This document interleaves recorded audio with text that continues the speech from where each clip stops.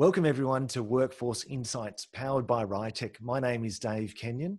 This is where we talk to the world's most successful and innovative workforce leaders. Today, we are getting a C-suite guide to workforce management in the care sector. And I'm speaking to workforce management thought leader and author of the Digital Workforce, the 5-step methodology to smarter workforce, Jarrod McGrath. Welcome, Jarrod. G'day, Dave. Thanks for having us. Pleasure to be here. Terrific to have you along.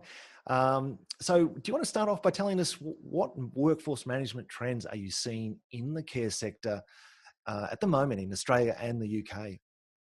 Sure. So I'd probably break it down into one main area, and that is to increase the quality of care for patients. That's broadly what I'm seeing most care organisations focusing on at the moment. And I'm really seeing that unfold through 4 different areas from a workforce management perspective. I'm seeing it from a visibility point of view, improving visibility so that forecasting and decision making can be done better, particularly around the people. I'm seeing a strong desire to increase the experience. That's both for the patient and for the carer.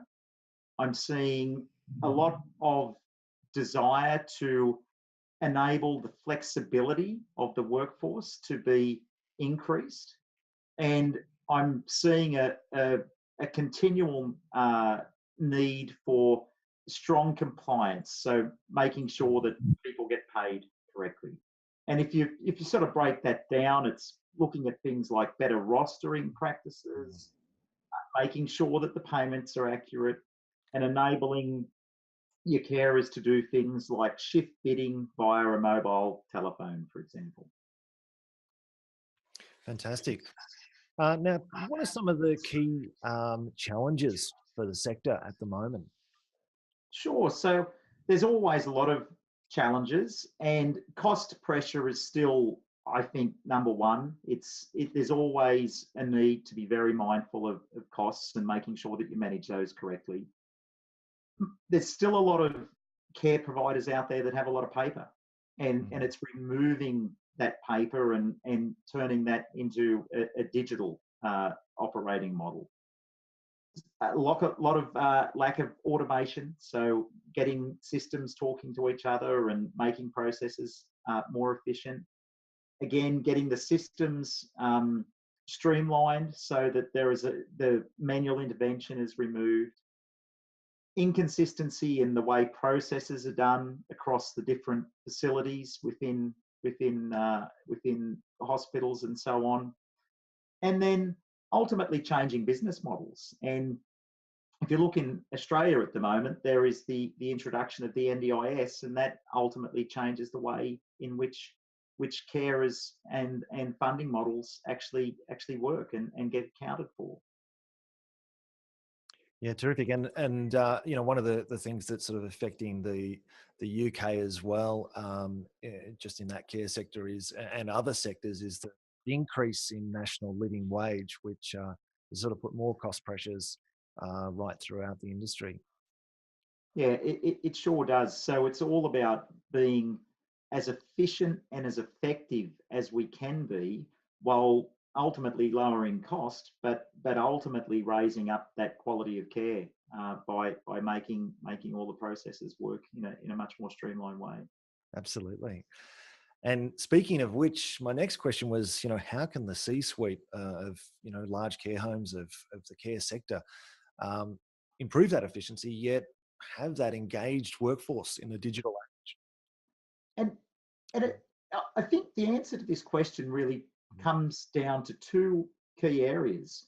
One is by simplification, so removing all of the noise out of the processes that exist and making the processes actually deliver better outcomes. So, and if you look at workforce management, for example, what you're really wanting to do is you're wanting to align that demand of your patients in your facilities to the carers that are actually there. And so you want to make that process as simplified as you can.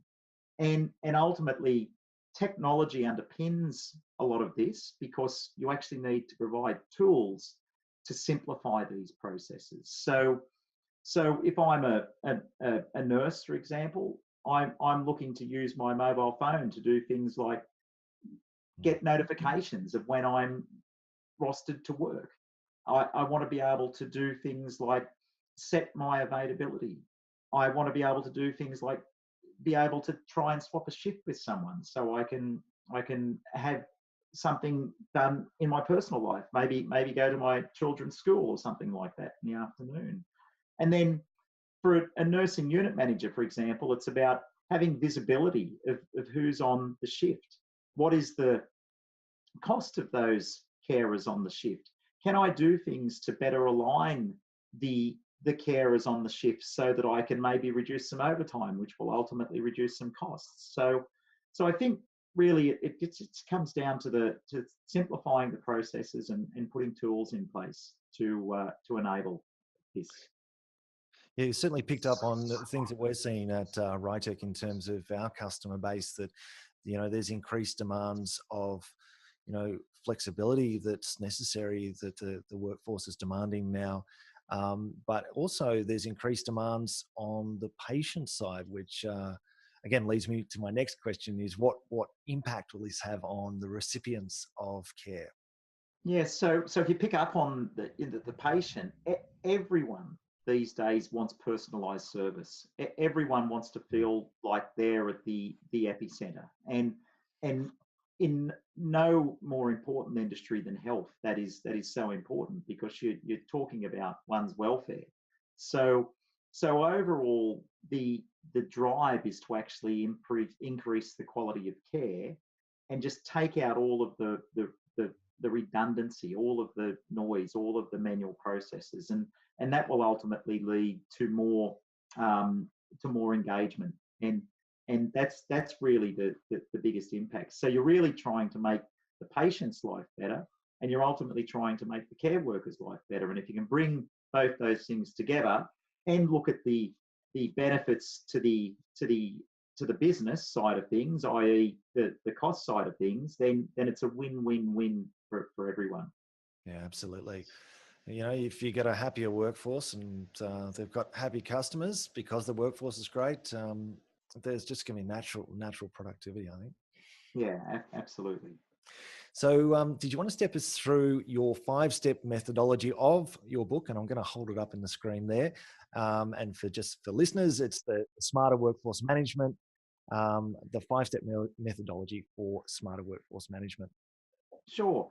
And really the basis of the book is it's written through the eyes of a customer. And the technology implementation is absolutely critical. And without a successful technology implementation, you won't achieve the benefits that you look to achieve. But what I did was when I wrote the book, I unpacked it from the eyes of a customer.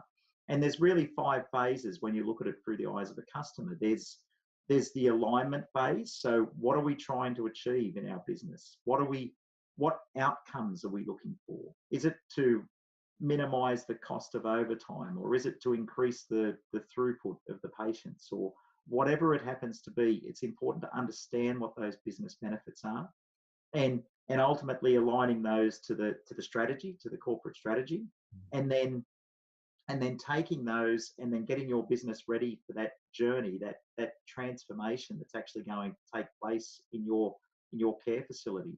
Are we going to change the way in which we roster the nurses on the wards? Are we fundamentally going to change our rostering practices? Are we going to implement centralized rostering or decentralized rostering? These are all really important questions that care facilities are asking.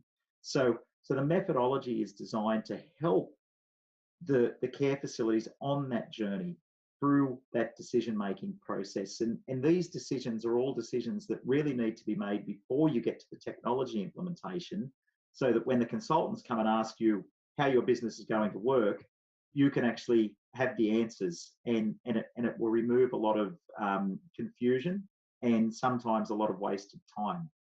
Then ultimately, it's how do you make sure that the implementation is done correctly, governed correctly, and ultimately, how do I receive the business benefits? So So that's really the core of the book, and it's really designed through the eyes of a customer.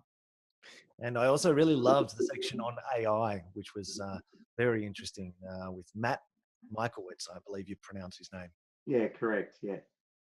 So it talked about the impact that it's going to be on the workforce, or already is happening. So speaking of which, so how could organisations be measuring the value of their workforce they're getting and from their workforce management systems? So I think ultimately you set up your measurements at the front end of any initiative that you're going to do, and it's really as a care facility, what are you trying to achieve, and then really where the rubber hits the road, it's putting metrics in place so that you know what those metrics and measures are right from the front. So the types of things that you're looking at are productive versus non-productive time, reduced absenteeism, planned roster to actual roster. So you want to try and be as accurate as you can in your rostering. You might be trying to minimize overtime. With the NDIS and the home care type services, you might be trying to minimize the amount of kilometres travelled between one person that needs care and another person that needs care. But ultimately, it all comes down to the metrics that you put in place and the measures that you actually put on them, the tangible measures that you actually put on them. Terrific, absolutely. All right, and can you comment on how organisations in healthcare can prepare for the workforce of the future? Yeah, so I think there's really three key things from my perspective. Number one is to have a strategy and make sure that strategy is well understood from the senior executive, ultimately right down to those that are working in the wards or the care facilities, and making sure that there's a story that goes with that, so everyone knows what's in it for them, and then having a roadmap as the third thing, so that everyone knows how those benefits are going to be achieved in the process to achieve those benefits. And then at a more granular level, what I see over and over, and especially in health, is that there is so much inconsistency in data and multiple sources of data. What is the source of a patient record, for example? Which systems? Am I recording skills in one system, two systems, three systems? So organizations now, and especially back to what you were talking about with AI and automation, clean data is absolutely paramount to the workforce of the future, and making sure that the decisions that are being made are actually made off correct data. Fantastic. Well, thank you so much for your time, Jarrod. Now, how do I get a copy of the digital workforce? Sure. So it's quite straightforward. So go to my company website, smartwfm.com, and then go /digital workforce. And all the information about the book and the purchase information can be found there, Dave. Terrific. Well, Jarrod, once again, thanks very much for your time. I'm sure this is going to be very helpful for the UK and Australia. And I just want to say thanks again. That's a pleasure. Happy to share some knowledge, and I hope that the listeners have got a few pieces of actionable insight that they can take away. Thank you.